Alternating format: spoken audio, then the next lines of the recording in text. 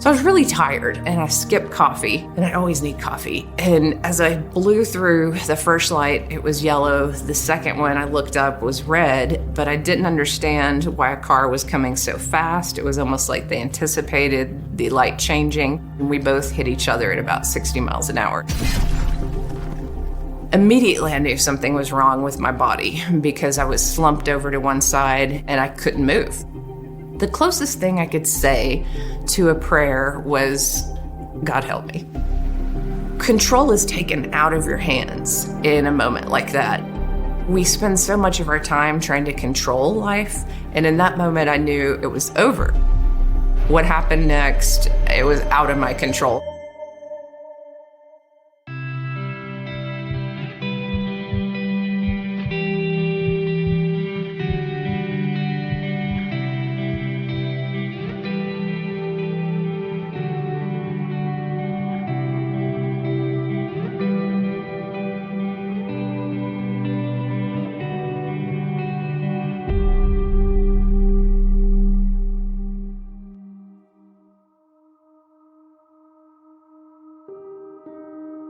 I grew up in the country in East Texas, and I had a very free, wonderful childhood in the sense that I spent a lot of time in nature. My best friend and I would ride horses. We'd get up at 6 in the morning. These were great times in the summer, and we would ride until it got too hot around noon. We'd swim in lakes. And so we lived this life that was very much grounded in nature, and that part of my life was fantastic. The painful part of childhood was my mom was mentally ill, and there was a lot of emotional abuse and some physical abuse. And so I was isolated as this only child. I kind of retreated into books and into studies, and I saw college as my way out. You know, that was my success route. There weren't any other routes. Like, that was it. So I wrote all these essays, and I got $20,000 worth of scholarships, just, won one essay competition after another. This was a big deal. And our mailbox, I grew up very poor, was like falling over practically. The house was in shambles, and I was like, God, is the mailbox even going to be dependable to get these checks? And so, I'd wait by the mailbox. These checks started arriving, and then I knew that somehow my life was going to change. And there was a lot that depended on and weighed on going to college. It meant a lot to me. I went to the University of Texas, and it's kind of a party school. So at first, my grades were really great, and then they started declining. And my senior year, I was depressed. I'd been through a bad breakup. I knew that my drinking and drug use was kind of off the charts in some ways, that it was really bad. I was like, I have to get my life together. And I was actually sort of having these panic attacks about mortality because I was agnostic at that time. I really did not think there was an afterlife. I studied English, so obviously I studied Walt Whitman and some spiritual writers, Emerson, Thoreau, and I thought about what they said, and that was the closest I could get to spirituality. I thought, well, maybe I'll just blend with the grass, or maybe we continue on in some metaphysical way, but for the most part, I thought my identity, the Trisha, my consciousness would not continue. And I would have these moments where I would think, wow, we just die. And then I'm going to not be here anymore. And this is all I have. And what am I doing with my life? And I'd really panic. And I went to see a therapist. Emotionally, I was still kind of dealing with some of the abuse in childhood. And this therapist suggested that I run because that was something I loved in high school. I ran cross country. And so running was my symbol of, if I ran hard enough, if I ran fast enough, maybe I could outrun my demons and maybe I could be super healthy and super strong. So I was running 9-10 miles a day, training for the Austin 10K. The night before I ran that race, I started having these nightmares, which I don't talk about too often because it seems like time is already out of sync, but I felt something coming for me. So I was really tired, and I skipped coffee. and I always need coffee. And as I blew through the first light, it was yellow. The second one I looked up was red, but I didn't understand why a car was coming so fast. It was almost like they anticipated the light changing and knew that it would change, and we both hit each other at about 60 miles an hour. Immediately, I knew something was wrong with my body because I was slumped over to one side and I couldn't reach my driver's license and insurance forms, and I couldn't move, basically. And I knew something was terribly, terribly wrong. Eventually, a Good Samaritan stopped, and she was a nurse. She stayed with me, held my hand, and she was beautiful. I'll never forget the kindness of her. She helped me until the ambulance arrived and they put me on a board. The closest thing I could say to a prayer was, God help me.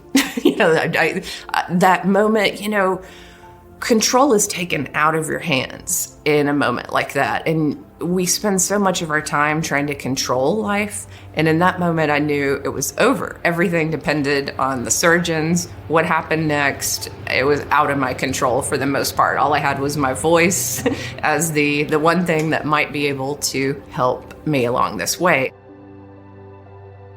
I never thought about having health insurance. I was a college student who just thought, I'll get a good job out of college. I'm young, I'm healthy. That won't be a factor. So they took me to a downtown hospital.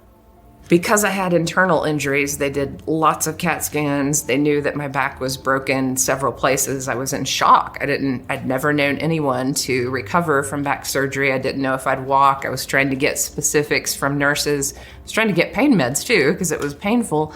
They refused. So they said, until a neurosurgeon signs off on this and says, we're taking you in with the risk, we cannot give you painkillers. So I was strapped down to a board for 17 hours before I went into surgery. So family members were coming and going. I was really kind of a mess, psychologically, screaming at people at different times, crying. Then eventually the self-pity really took over.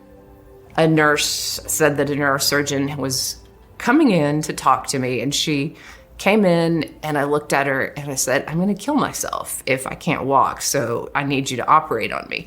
And she said, okay, I will, but I've been on duty for 40 hours, so I have to go home and I have to take a nap and I must eat something, and then I'm coming right back here and I'm operating on you.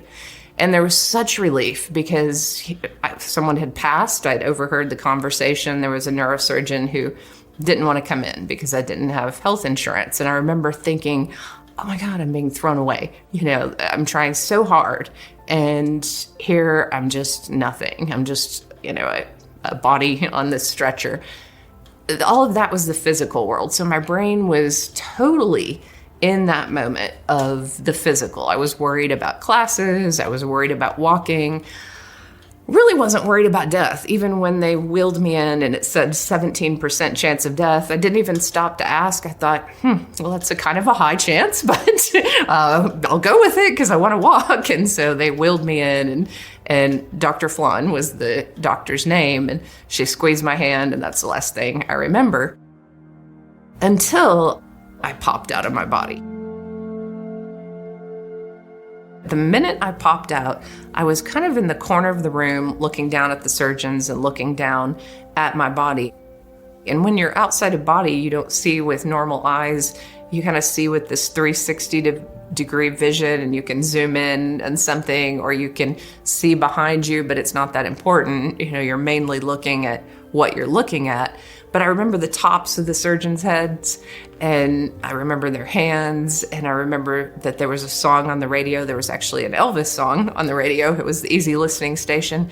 And so I was like, oh, I know this station. And so there was, a lot of awareness of the room itself and of the surgeons. And then I thought, oh, I'm alive. I live beyond this body. And I was so excited. I wanted to tell my agnostic friends in that moment. I was like, oh, I could explain this to them. They will understand. Consciousness definitely goes on. It was a much longer time period that it took to actually communicate with them. But I thought that moment was profound enough. Just looking at my body, looking at the surgeons. I was happy. I mean, there is no word that describes that happiness. It was relief and absolute peace that we go on. I was convinced in that first moment because my consciousness felt at ease. Like, I always feel a little bit nervous in the body, and I think most people do, probably to some degree. There's some pain somewhere, or some anxiety, or something is going on. In that space, nothing. There was no pain. There was just peace. And my intelligence seemed greater outside of the body. And I even thought about that because these neurosurgeons had to be brilliant. Dr. Flan had her assistant and he was beside her. And I remember looking at them, and then these light beings were behind them that were about 9 feet tall. I call them light beings. I called them angels in my book, angels in the OR, because that makes sense to more people. But all I knew was that they were intelligent. They could communicate telepathically, and they were there to send healing through the neurosurgeons and into my body. And they assured me I'd walk, that I would run again even, and that everything would be fine. And then they almost said playfully, "Watch this." And when they said, "Watch this," they just shot all this energy and light through the neurosurgeons, and it lit up my entire spine. And I remember thinking, that's fantastic. I mean, the neurosurgeons have to know angels work through them. I'm going to ask them about this later. This is amazing. They're so intelligent. They have to know that there's even a higher intelligence working with them. And, that moment stood out in my mind. But then the monitor flatlined. And in that moment, I thought, oh, I'm technically dead. And I don't really want to watch. Do they have to flip me over? What are they going to do? How are they going to revive me? Years later, I found that I had internal bleeding and I was bleeding to death, and they started cauterizing veins and trying to stop the bleeding and giving me blood transfusions, and that's what brought me back. But I left. And when you're in spirit form, you can just move through walls. So I moved through the first wall and then a couple more walls. And I was watching my stepdad get a candy bar out of the machine. And this was my verifiable detail. To me, it didn't mean anything other than I thought he was a health nut. So the candy bar was funny to me. I was like, oh, he has a secret sugar addiction. I know it. And so I chuckled and kind of moved into this space above Austin, which was the night sky. And I floated there for a while, and the freedom felt great. I wasn't afraid. I just felt free and happy. Even though I was told I'd return to the body, I thought, well, I'm pretty far away now. Maybe I'm not. Maybe I'm going to stay here. And if I stayed here, would this be okay? And it was. It was totally fine if I stayed there, to me. Because outside of body, I felt as if I was supported by greater consciousness. Like the brain, Dr. Eben Alexander and others say the brain is a limiter of consciousness, that it limits what we experience and what we see. And outside of body, we see more. And so I just knew in those first few moments that, this experience does not compare to being in the body.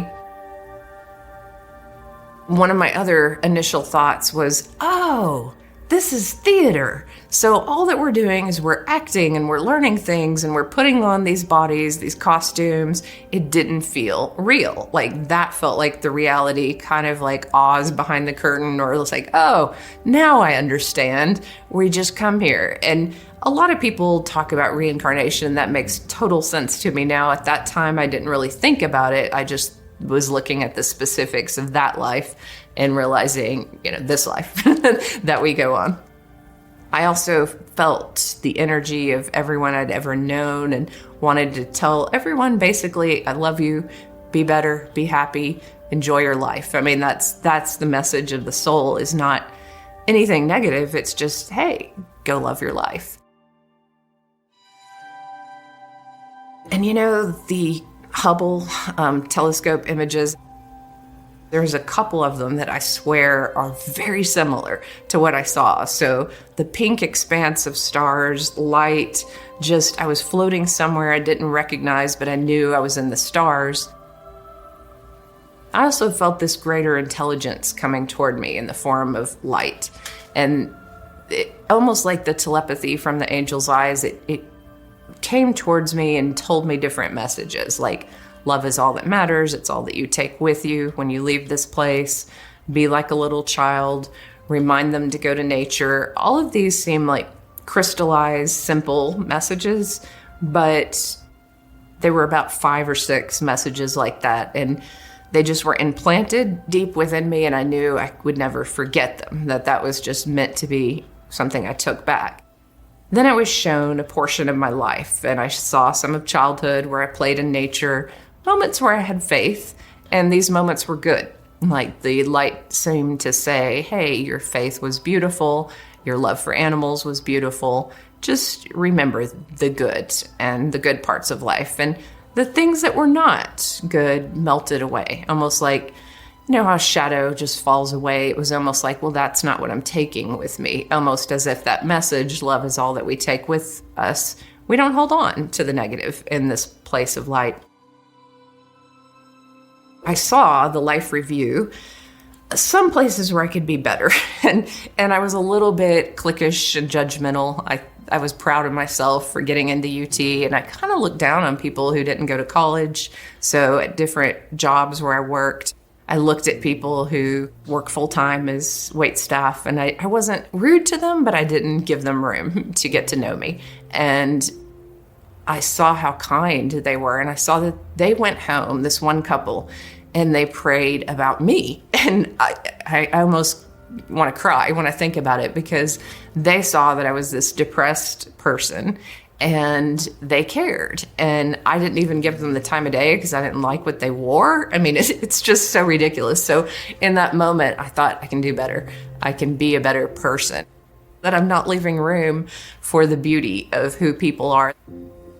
That was the main focus of how I was going to change, as if Creator Source wanted me to look at the beauty in people and their heart. It's almost like our soul knows how to be, but we forget in our culture, and we forget based on trying to feel special or trying to feel good about ourselves. As I finished that life review, I ended up in this place. It was full of greenery and beautiful grass. There was no death. Some people might call it heaven. To me, it looked like a consciousness that I was participating with, that my grandfather appeared, and he wanted to recreate something from my childhood because he knew I liked riding the back of his pickup truck. My grandfather, he looked different. He looked young and handsome, and he glowed almost like the angels with this light. There was no death in him. I had seen him die. I was the last person he saw, and he had leukemia and was in his 70s and did not look the way he looked there. He was the only person who had a connection to me, who had passed. And so we spent time together. And then at some point he said, do you want to continue on? And even though I was in the back of this pickup truck driving very slowly through this beautiful green grass, I looked up and I knew what he meant, that there was more to this experience and that God was on the other side of this. So I just shot out of the pickup truck, and I was this soul just flying towards God. I just felt great. I felt like every bit of insecurity floated away. I just felt so loved. I felt like this is the greatest place I've ever experienced. Why does anyone ever leave it? I want to get closer to this God source, this vibration, this unconditional love. I just felt safe and held in love. Then at some point, there was this energy wall that kind of stopped me, and I couldn't go any farther. And it vibrated through me and said, look down. And I looked down, and there was this river, and there were many people who were walking on it. Some were covered in shadows, some had light. And I saw that if they had light, they were connected to God. From that place, it just looked like fear or love, that there was only a choice between fear or love. And I thought, oh, that's simple. I just go back and tell some people not to fear things, and to love more. And I was like, okay, I can do that. But God was like, no, you're going to be a teacher and you're going to do that. And I was like, well, I can't do that because that's not what I want to do. I want to make money. I grew up extremely poor. And so I had planned to go to law school at UT, and UT has a great law school, and I had friends who were in the law school, and I thought I'd travel, see Europe, do some fun things, and then eventually I'd already taken the LSAT and I'd, prepared for law school, and I thought, just given my skill set with writing, I was like, okay, I can do this. I can be a lawyer. And the idea of teaching or nursing, those were like traditional careers for women. And I considered myself somewhat of a feminist. So I was like, I don't want to do something traditional and low paying. No, thank you. This is not for me. And so God was like, no, you're really going to be a teacher. And that was it. That's the last thing I heard in the presence of God. I joke that, I wanted to argue more, and there were thoughts that I was having, but it was as if God made me into this ball of energy.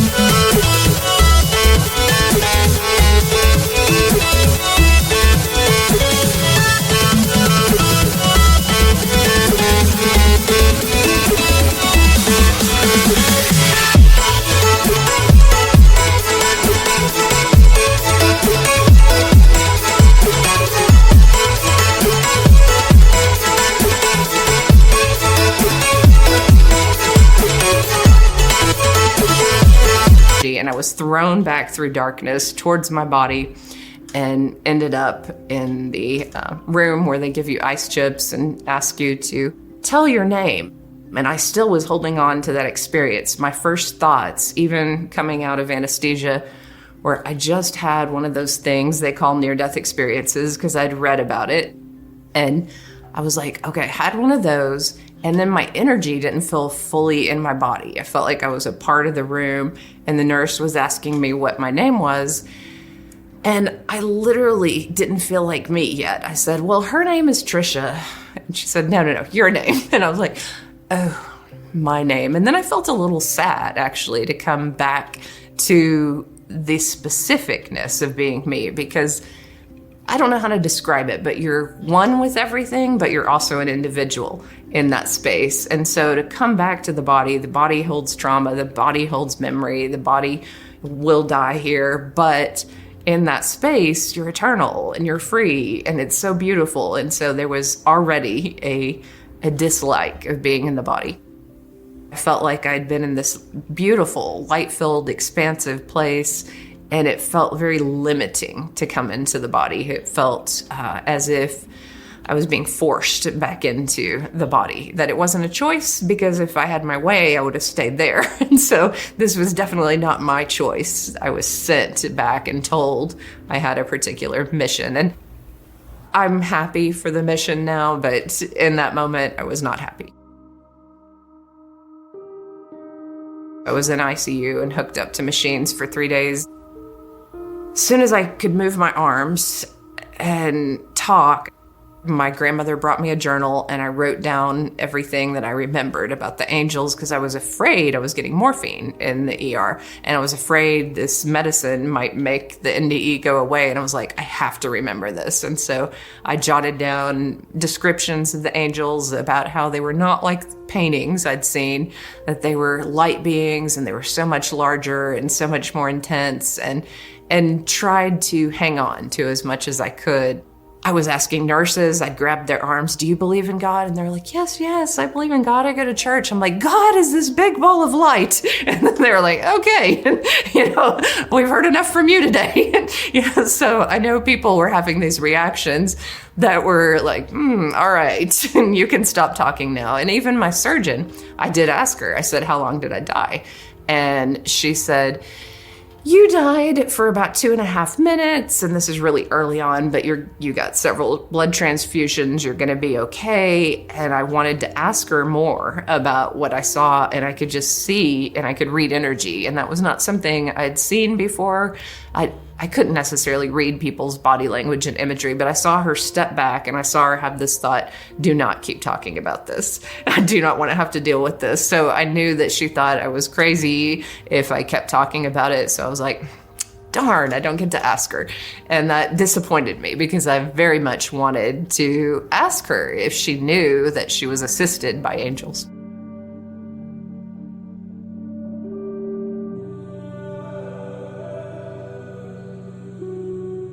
But I was different from the beginning. I started seeing people differently, and I started seeing manipulation and insecurity and all kind of things in my family around me.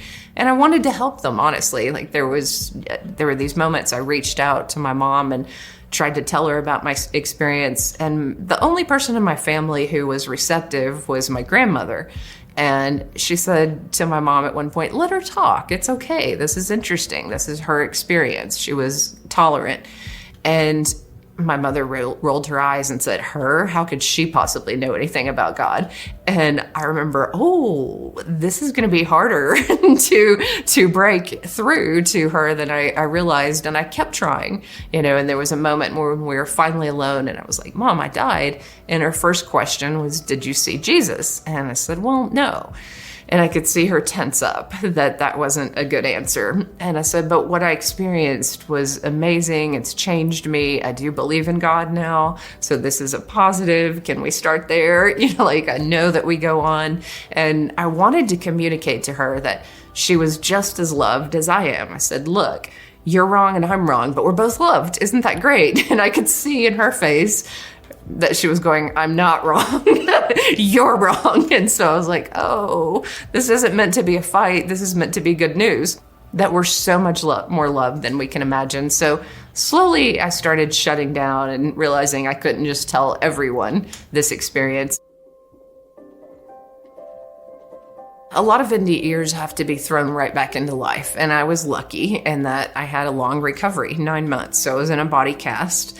And I stayed at my mom and stepdad's house, and they would get me books from the library. So I was reading Carlos Castaneda, Marianne Williamson, Deepak Chopra, I was just delving into spiritual material.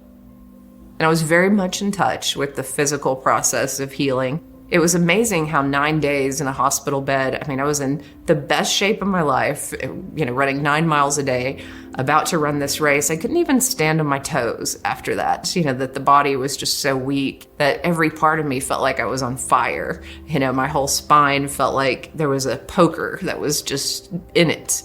And yet it got easier, week by week, and there was improvement. Eventually I could walk, and it was the heat of summer, so I had to do this really early in the morning or really late at night. And early morning, there were lots of elderly people out who saw this odd girl with a body cast on, and they started asking me about my experience, and I got to know the neighbors, and they were open. So I found that people who were dying or had a cancer scare, that they loved my story, and they were my biggest fans on the street. And when I finally walked to the end of the street, they drank their coffee and clapped for me. They're like, you did it. And it was like I had this cheerleader group of older folks in my parents' neighborhood. So life was magical, even though it was painful. And there were lots of discoveries. I learned how to lucid dream, and I participated with consciousness outside of my body.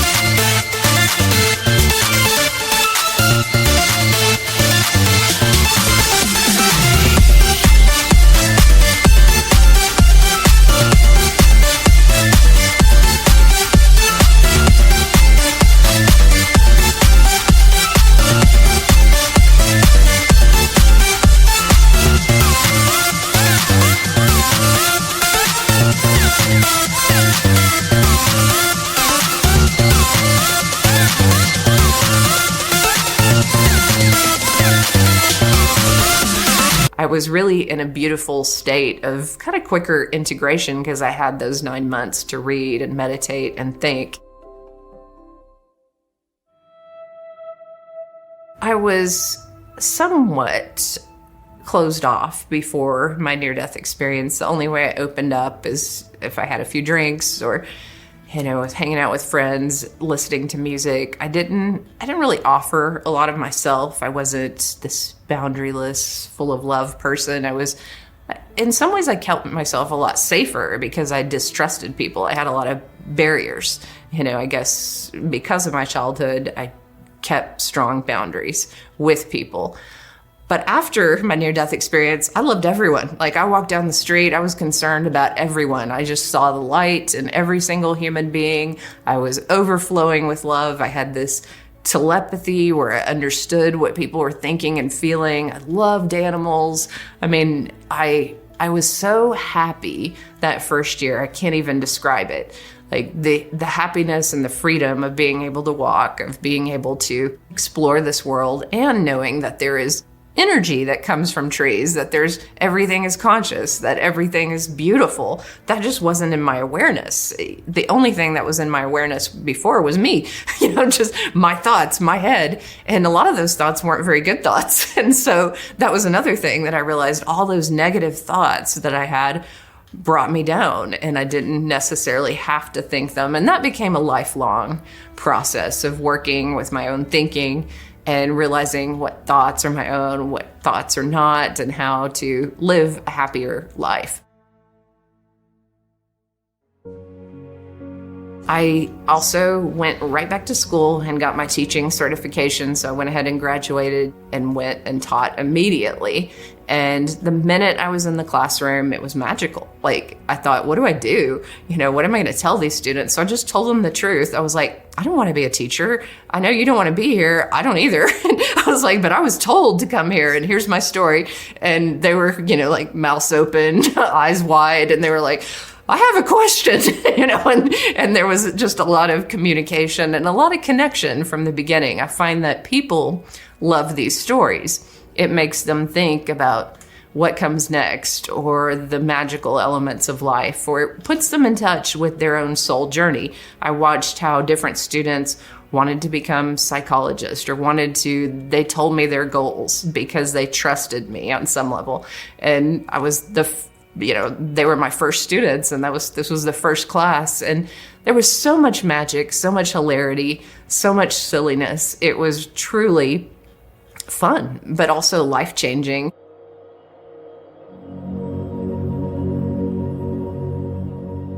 It's so easy on the other side. There's just love and there's just fear.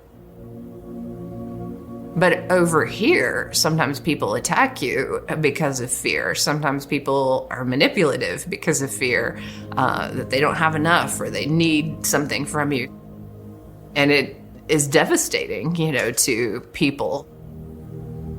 But that fear, I see really as just a block to the light of God. So that can be depression, that can be anything that blocks you from God. And I think nature is a way for many people to heal. I think that's a way that many people could overcome a lot of things, is isolation, time in nature, thinking about your life, rethinking what you want to do, how you want to do it differently, and reconnecting with some sort of light. Any moment your soul wakes up on this journey and goes, I'm doing something good, I have a dream, I have a gift, or I have something to share or something to help people with. Anytime you wake up and you're connected to something greater than yourself, then you're winning. And I think we can all win, at different times in our lives. And maybe there's struggles, but we can still get to a point where we're giving to society, or we're really enjoying life, where we have a lot of joy in our life, and we know that to the best of our ability, we're giving love to the world. I know we all get frustrated in traffic and technology and all kind of things. I'm not immune to it. I certainly have moments in life where I'm terribly frustrated, but shifting back into, okay, How do I enjoy this more? How do I remember that my energy affects other people, and how do I not affect them in negative ways? And I hope that on a quantum level and on this oneness level, that more and more people are waking up to our connectedness. Because if we realize that we're all connected and that we're all one, we wouldn't want anyone to suffer, that we would really make suffering in society the main focus. How do we ease suffering? How do we ease suffering in children's life and the elderly and people without insurance and people, who can't find a job, people who are disabled? How do we just across the board help people live better lives? I think a lot of near-death experiences are pointing towards, hey, there's a greater love on the other side that can help us live better lives. Let's do it.